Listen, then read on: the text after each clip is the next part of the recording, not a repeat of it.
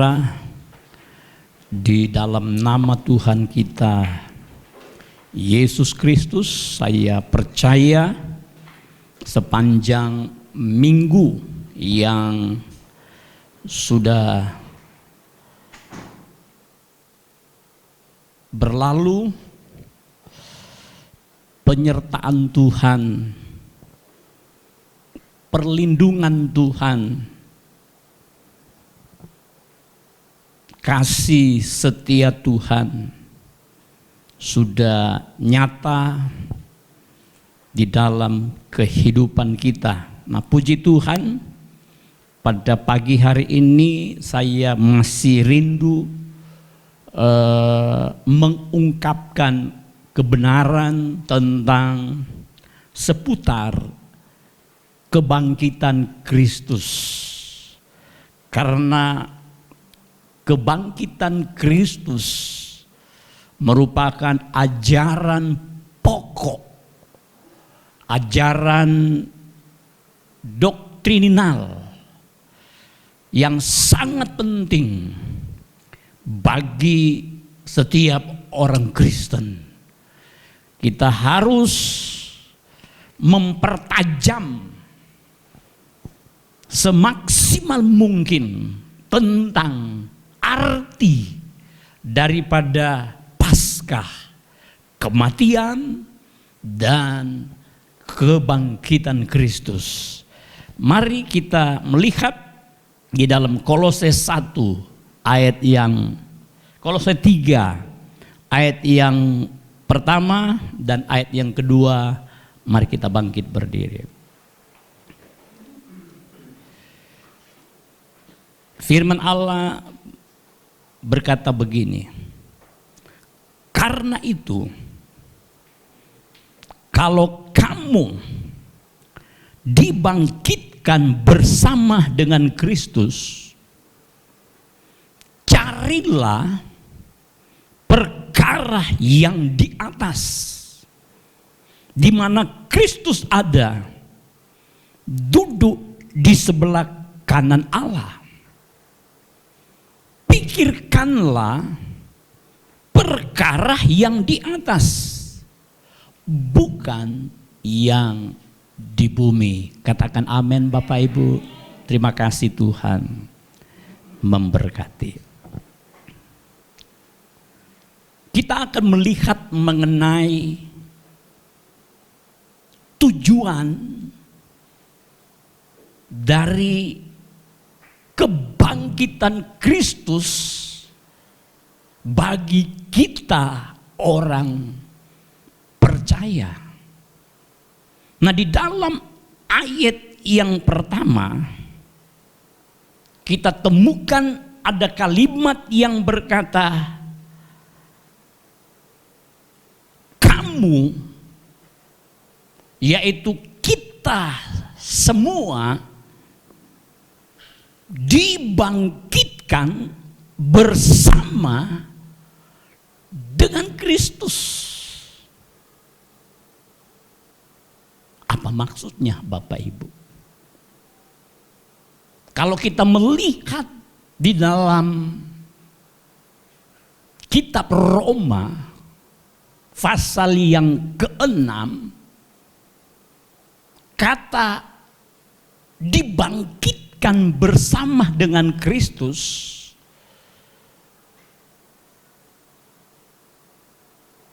Roma pasal 6 ayat yang ketiga dan ayat yang keempat, coba bisa ditampilkan. Nih, ayat yang keempat, kebangkitan Kristus digambarkan seperti orang yang menerima baptisan air. Dengan demikian kita telah dikuburkan bersama dengan dia oleh baptisan dalam kematian, supaya sama seperti Kristus telah dibangkitkan dari antara orang mati. Jelas Kolose 3 berkata, sama seperti Kristus telah dibangkitkan dari antara orang mati oleh kemuliaan Bapa, demikian juga kita akan hidup dalam hidup yang baru. Inilah tujuan persamaan. Yesus bangkit dari antara orang mati dan kita bangkit keluar dari baptisan air. Dan firman Allah berkata, pada saat itu kita menemukan hidup yang baru. Katakan amin Bapak Ibu. Jadi kalau kita melihat Roma pasal yang ke-6, pada saat kita menerima Yesus sebagai Tuhan dan juru selamat secara pribadi melalui kebangkitan Kristus yang digambarkan dalam baptisan air, maka pada saat yang sama kita telah memiliki hidup yang baru, hidup yang berkemenangan,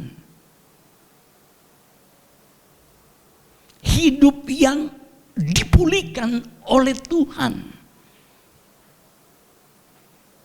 Bukanlah hidup yang kalah atas setiap dinamika kehidupan, tetapi melalui kebangkitan Kristus ada kuasa di dalamnya, di mana pada saat yang sama, dan saya percaya hari-hari ini kita boleh menikmati hidup yang baru itu, hidup yang berkemenangan, hidup yang dipulihkan Tuhan, hidup yang menikmati kekuatan yang besar dari Allah sendiri.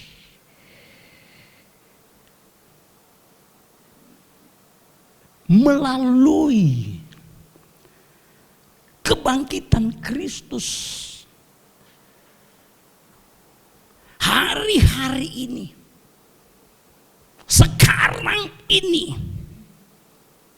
saya katakan kita selalu bersama dengan Kristus. Boleh bilang haleluya.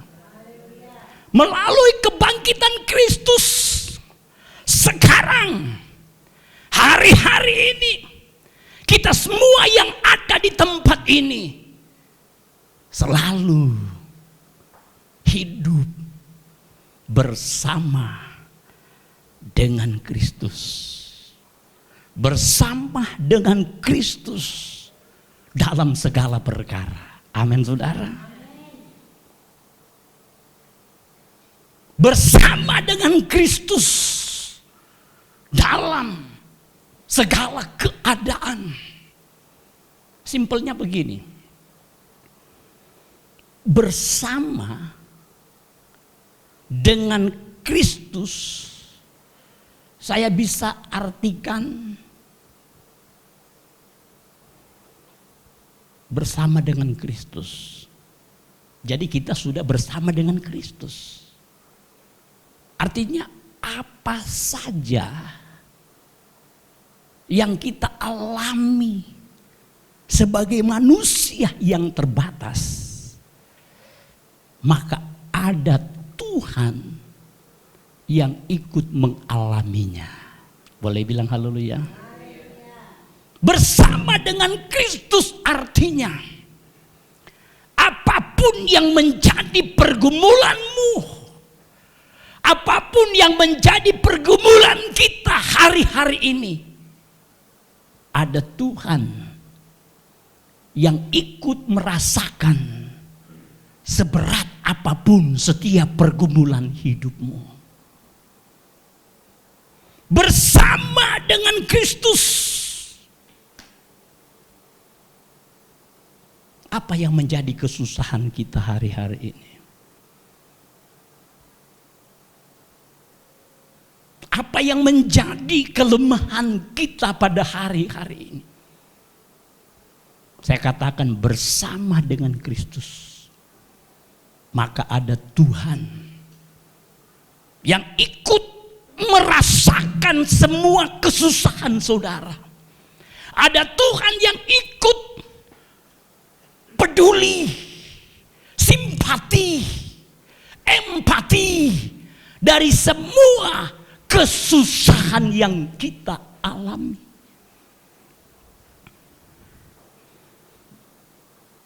Kalau kita baca dalam 1 Korintus pasal yang ke-10, coba kita lihat dulu ayat yang ke-13. 1 Korintus 10 ayat yang ke-13.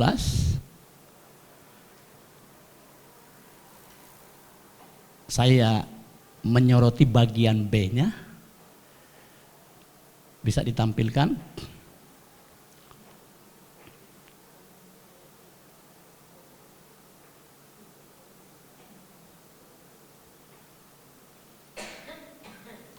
Nih, pada waktu kamu dicobai. Jadi pada waktu kita mengalami pergumulan hidup, pencobaan, tantangan, kesusahan, penderitaan. Iya, Yesus akan memberikan kepada kita jalan keluar. Boleh bilang haleluya? Boleh bilang haleluya? Waktu kita dicobai, waktu kita menghadapi pergumulan yang berat,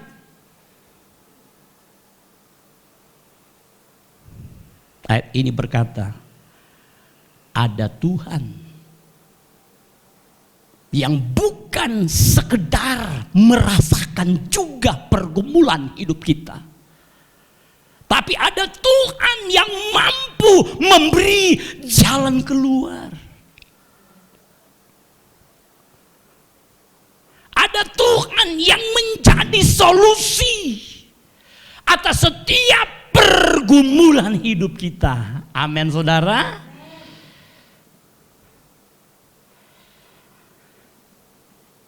Jadi saya bisa katakan, Yesus Kristus yang kita sembah adalah solusi. Amin, saudara. Dari setiap permasalahan manusia, Yesus Kristus yang kita sembah adalah solusi atas setiap pergumulan hidupmu. Apapun masalahmu, apapun perjuangan hidup kita hari-hari ini, apapun penderitaan yang sedang kita alami hari-hari ini, Yesus Kristus solusinya. Amin, saudara. Yesus Kristus solusi yang terbaik. Itulah sebabnya Matius 11 dia berkata, marilah kepadaku, aku akan memberikan kelegaan, damai sejahtera, sukacita, bahkan lebih daripada itu, keselamatan yang abadi. Dan itu kita hanya temukan di dalam pribadi Yesus Kristus yang adalah Tuhan, yang adalah juru selamat dalam hidup kita.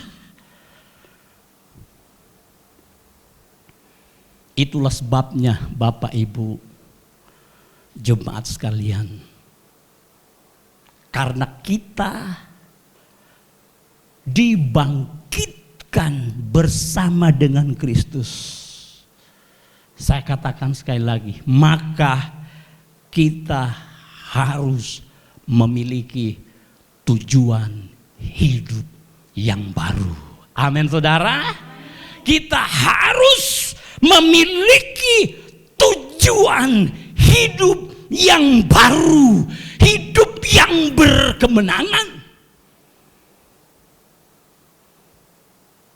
Apakah tujuan hidup yang baru itu? Kita kembali melihat Kolose 1, Kolose 3, ayat pertama dan ayat yang kedua.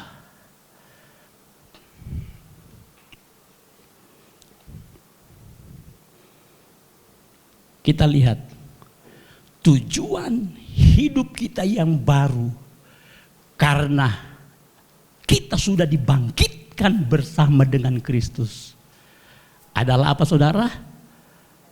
Mencari perkara yang di atas. Ayat yang kedua, memikirkan perkara yang di atas. Dan jelas Alkitab berkata bukan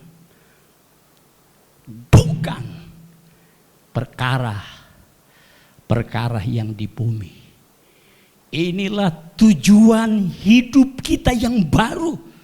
Melalui kebangkitan Kristus, kita diarahkan masuk dalam sebuah tujuan hidup yang baru, yaitu mencari perkara-perkara yang di atas, memikirkan perkara-perkara yang di atas, dan bukan perkara-perkara yang di bumi. Haleluya, saudara.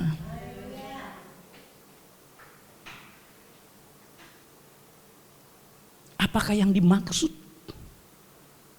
dengan perkara-perkara di atas? Kalau melihat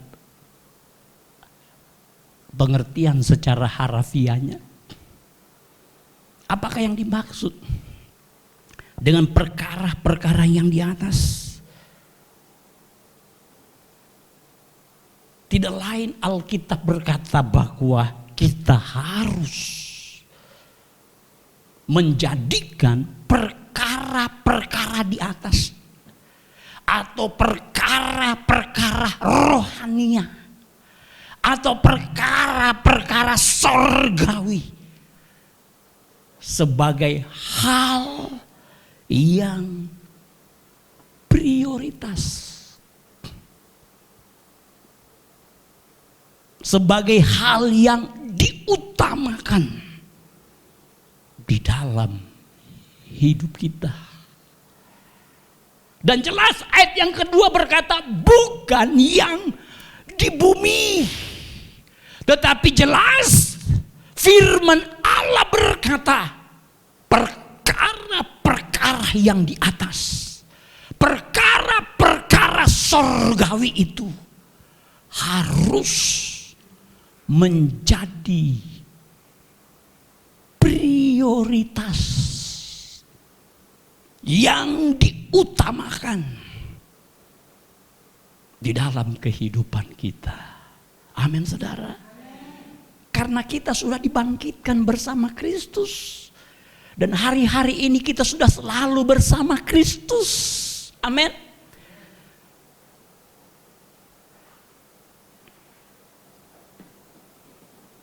Suami istri pun terkadang tidak selalu bersama. Saya pun sebagai hamba Tuhan terkadang tidak selalu bersama jemaat. Presiden pun terkadang tidak selalu bersama dengan rakyatnya. Tokoh agama pun belum tentu selalu bersama dengan umatnya.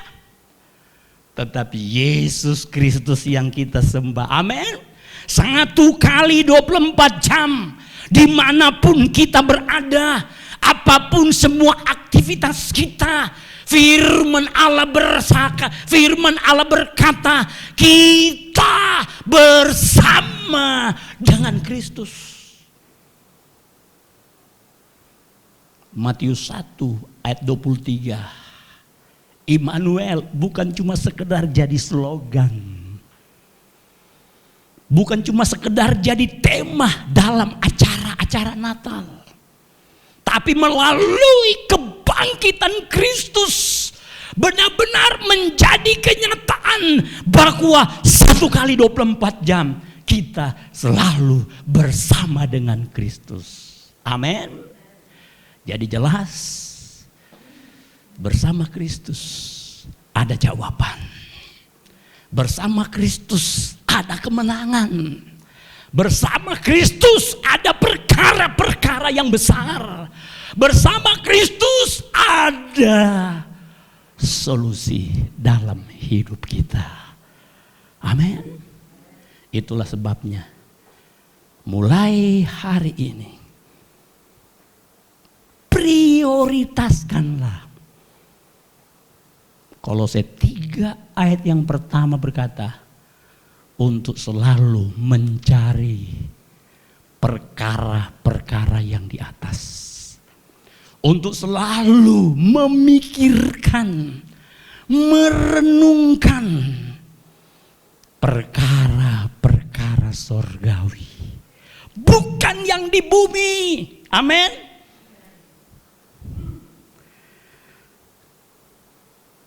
Ada satu prinsip Alkitabiah yang tidak boleh diutak-atik lagi. Prinsip Alkitabiah yang tidak boleh ditafsirkan lagi, saudara.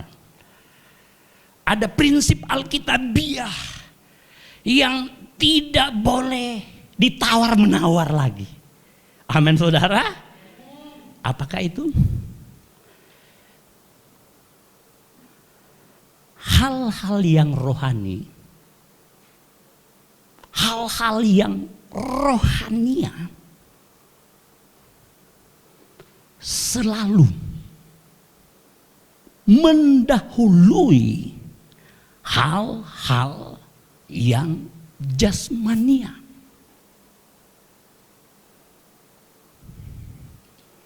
Kebenaran ini nggak bisa dibolak-balik. Kebenaran ini nggak bisa ada tawar menawarnya lagi. Kebenaran ini sudah iya dan amin. Kebenaran ini harus dipatuhi. Kebenaran ini harus ditaati. Bahwa hal-hal yang rohania selalu mendahului hal-hal yang jasmania. Amin, saudara.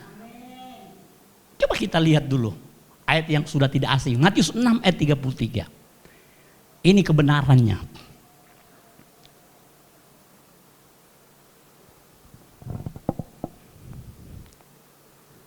Matius 6 ayat 33. Nih. Ada kata dahulu. Kalau dalam bahasa Yunani ditulis dengan huruf dengan kata proton. Partikel yang menjadi inti atom, ya. Proton. Proton itu artinya yang pertama-tama. Yang didahulukan. Yang diutamakan. Yang menjadi prioritas. Yang mula-mula. Kalau saudara bolak-balik cari arti daripada proton, ya seperti itu. Yang harus didahulukan. Yang harus diutamakan. Yang harus diprioritaskan. Dan ayat ini berkata, apakah itu? Yaitu bicara tentang kerajaan Allah dan bicara tentang kebenarannya. Berarti itulah yang dimaksud hal-hal yang rohania. Amin, saudara. Hal-hal yang rohania, hal-hal yang sifatnya bicara tentang kerajaan sorga. Jelas ayat ini berkata, itulah yang harus kita dahulukan dalam hidup ini. Itulah yang kita harus utamakan dalam hidup ini. Itulah yang harus kita prioritaskan dalam hidup ini. Kalau kita sudah lakukan semuanya itu, lihat ayatnya. Maka semuanya, saya juga buka dalam bahasa asli, segala sesuatu, semuanya, segala sesuatu, Tuhan akan tambahkan. Artinya apa yang sudah ada pada kita, Tuhan tambahkan. Amin saudara. Apa yang sedang kita kerjakan, Tuhan tambahkan. Amin. Apapun pekerjaan kita, Tuhan tambahkan. Apapun usaha kita, Tuhan tambahkan. Apapun bisnismu, Tuhan akan tambahkan. Haleluya saudara.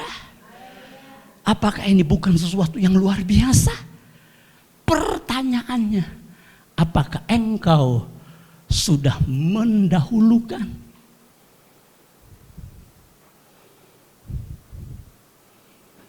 Kalau engkau sudah mendahulukan, ingat semua. Coba kita lihat ayat 31. Bagus ini, ayat 31.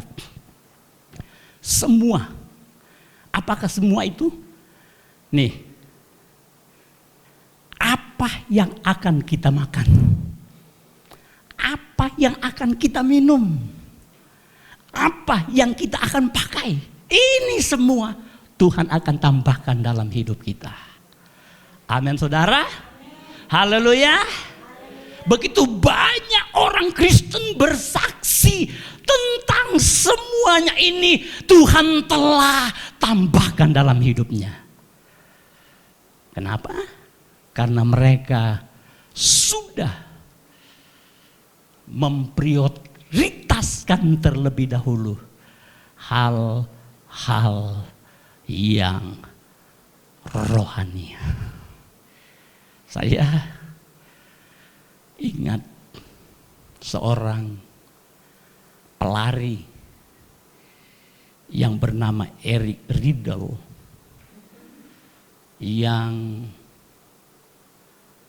sangat terkenal dan selalu meraih medali emas di Olimpiade pada zamannya. Dia juara Olimpiade lari 200 meter, 100 meter. Pada waktu sudah masuk final, kan biasa ada babak penyisihan, ada babak perempat final, langsung masuk final. Dia salah satu. Tapi herannya, karena babak final itu diadakan pada hari Minggu, setelah dipanggil satu persatu peserta final lari 200 meter, dia nggak nongol. Kenapa saudara?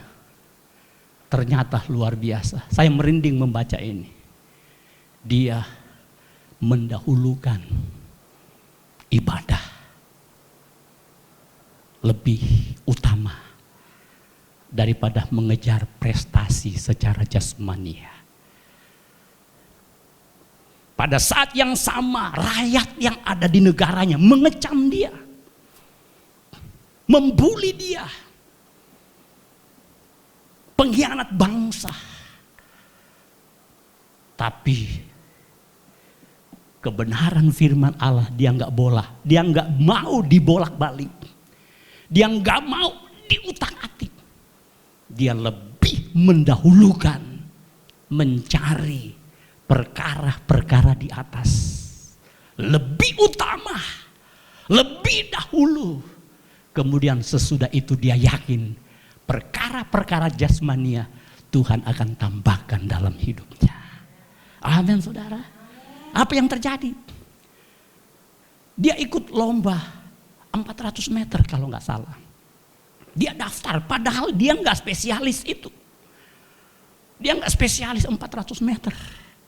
Tapi dia ikut lomba di Olimpiade lari 400 meter.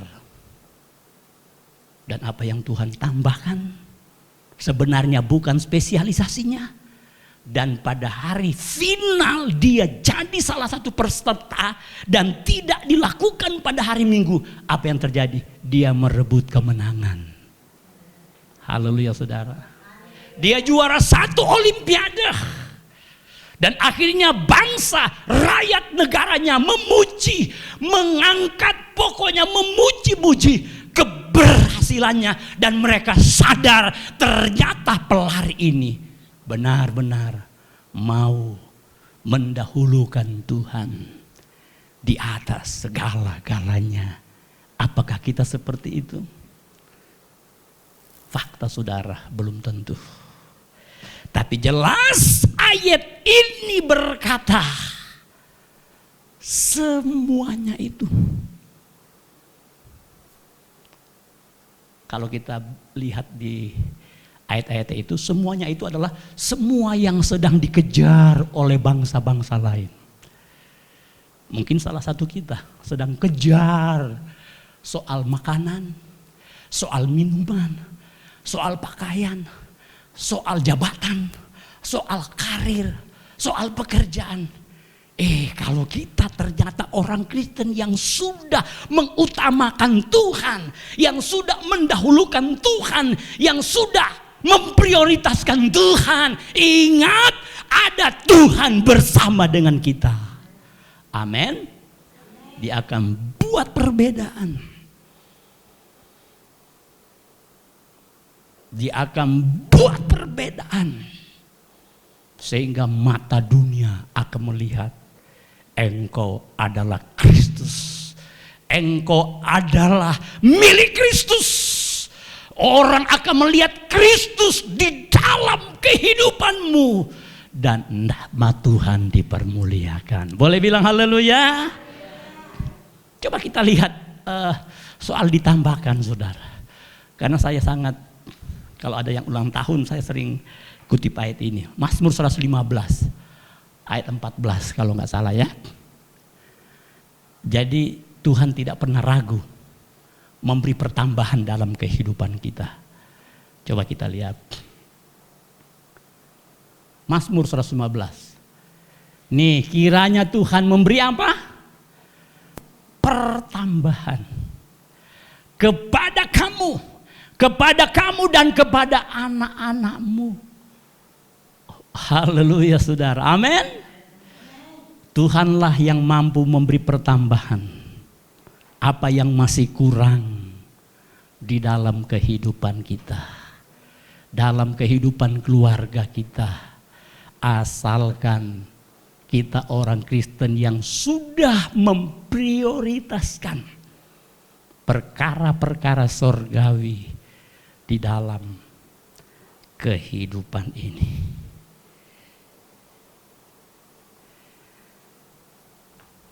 Saya katakan begini, orang siapapun dia yang mengejar hal-hal yang jasmania lebih utama,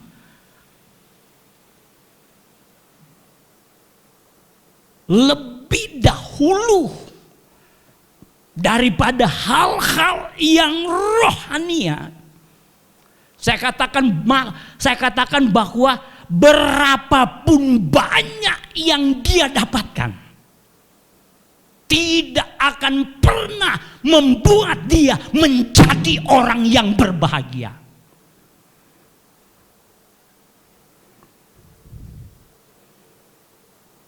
Tidak akan pernah membuat dia menjadi orang yang bersukacita. Melalui apa yang dia dapatkan. Coba kita lihat Pengkhotbah 6 ayat yang kedua.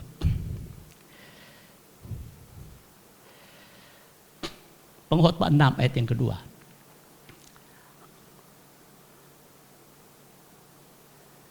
Nih, orang jadi siapa saja. Bahkan ini dikaruniai Tuhan. Kekayaan, harta benda, kemuliaan. Wah, luar biasa. Kekayaan, harta benda, kemuliaan. Kemuliaan itu bicara tentang nama besar, martabat, kehormatan. Itu bicara tentang kemuliaan. Sehingga ia tak kekurangan suatu pun yang diingininya. Apa saja yang diingininya berhasil. Itu saudara. Tetapi orang itu tidak dikaruniai kuasa oleh Allah untuk apa? Menikmatinya. Jangan sampai hal ini terjadi di antara kita. Melainkan orang lain yang menikmatinya.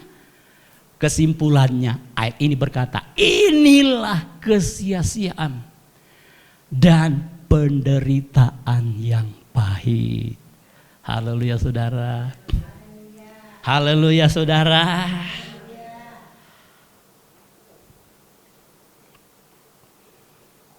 Ada istilah memiliki tapi tidak dapat menikmati. Punya segala-galanya. Harta, kekayaan, kemuliaan. Bahkan apa saja yang diingininya terjadi. Tetapi ayat ini berkata, tidak bisa dinikmati.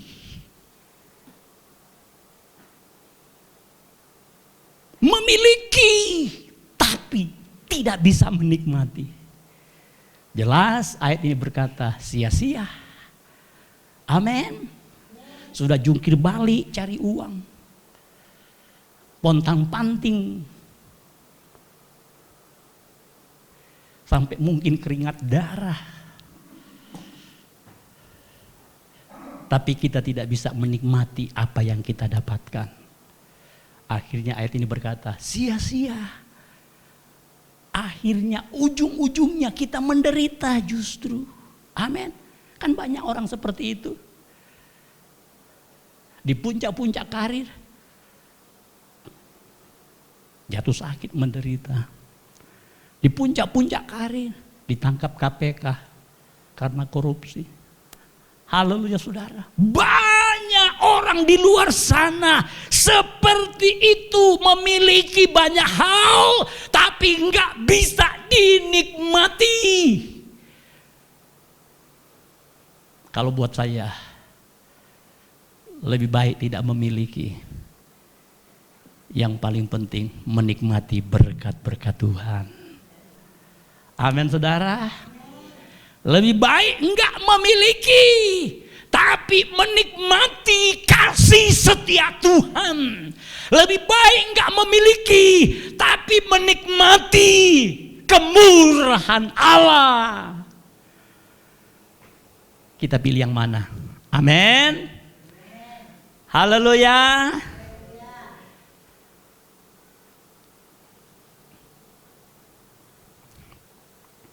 Kan saya mungkin pernah ceritakan, masih ada waktu enggak? Mengenai orang kaya di Jepang. Ini fakta saudara, bukan ilustrasi.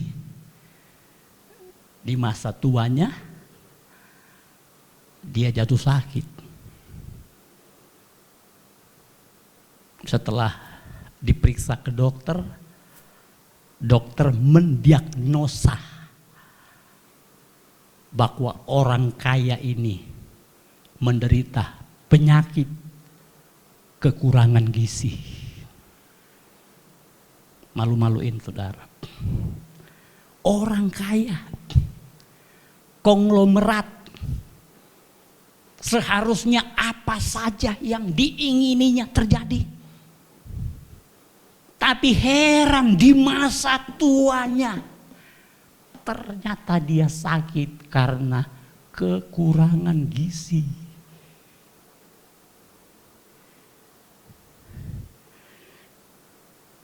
Sesederhana pun kita, kalau kita sakit, jarang ditemukan sakit karena kekurangan gizi. Amin saudara. Kalau bilang kolesterol, darah tinggi, apalagi diabetes, dan lain-lain sebagainya sudah menjadi momok oleh banyak orang. Tapi kalau bilang kekurangan gizi, itu kita temukan di bawah kolong jembatan, di samping-samping rel kereta api.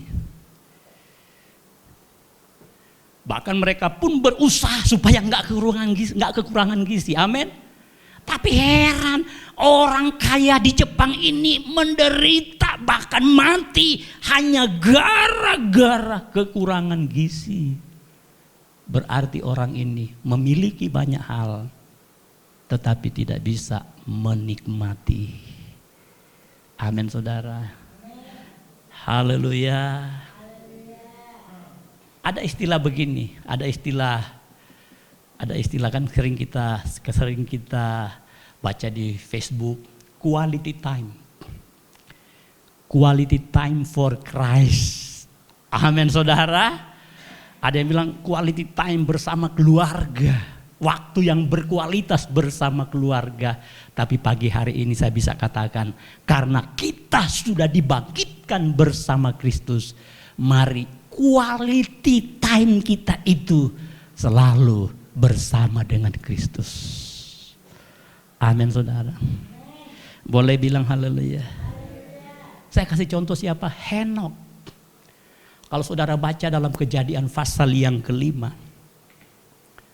umur Henok di antara seluruh garis keturunannya, mulai dari Adam sampai ke anak-anak Henok selanjutnya, Henok yang paling singkat umurnya cuma 365 tahun.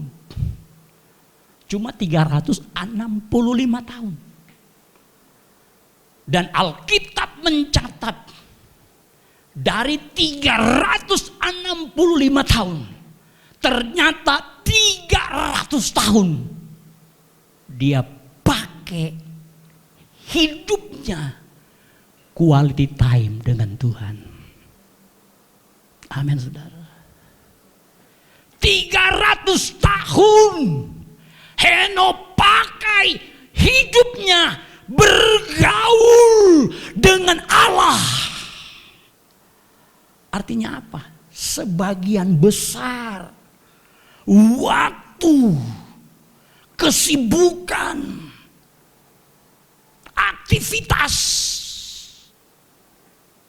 sebagian besar dalam umurnya dia gunakan berquality time dengan Tuhan. Apakah itu terjadi dalam hidup kita? Dan Alkitab berkata akhirnya Tuhan angkat hidupnya. Kalau Tuhan mau angkat hidup kita, kalau Tuhan mau muliakan hidup kita, mari lakukan seperti apa yang dilakukan oleh Henok. Memiliki quality time dengan Kristus, bergaul dengan Tuhan, memprioritaskan Tuhan, mendahulukan Tuhan, mengutamakan Tuhan di atas segala-galanya. Amin saudara. Haleluya. Ada satu ayat, Lukas 9 ayat yang ke-62. Lukas 9 ayat yang ke-62. Ini menarik saudara. Tapi Yesus berkata, setiap orang yang siap untuk membajak, membajakan berarti kerja, itu. Tetapi menoleh ke belakang tidak layak. Woi, ngeri, ngeri saudara.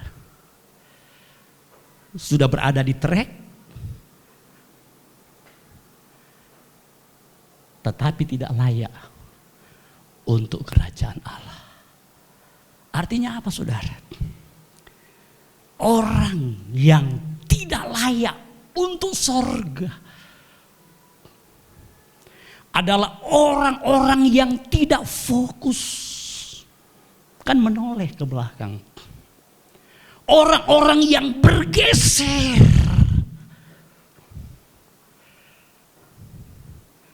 dari pekerjaan yang Allah sudah tentukan bagi dia. Haleluya, saudara. Orang-orang yang tidak layak untuk kerajaan sorga adalah orang-orang yang bergeser dari prioritas yang sudah ditentukan dalam hidupnya. Orang-orang yang mengutamakan kepentingan pribadi daripada kepentingan kerajaan Allah. Orang-orang yang mencintai dunia lebih utama daripada mencintai Tuhan. Amin, saudara. Saya rindu kita semua yang ada di tempat ini layak untuk kerajaan Allah. Amin, saudara. Kita sepakat. Saya rindu kita semua jemaat GPDI Kanaan yang ada di tempat ini layak untuk kerajaan sorga. Itulah sebabnya Bapak Ibu, mari kita harus sepakat selalu mengutamakan, mendahulukan, memprioritaskan hal-hal yang sudah Tuhan gariskan buat kita. Hal-hal yang rohani, hal-hal yang sorgawi, hal-hal kebenaran firman Allah di dalam kehidupan kita. Haleluya, saudara. Mari kita bangkit berdiri.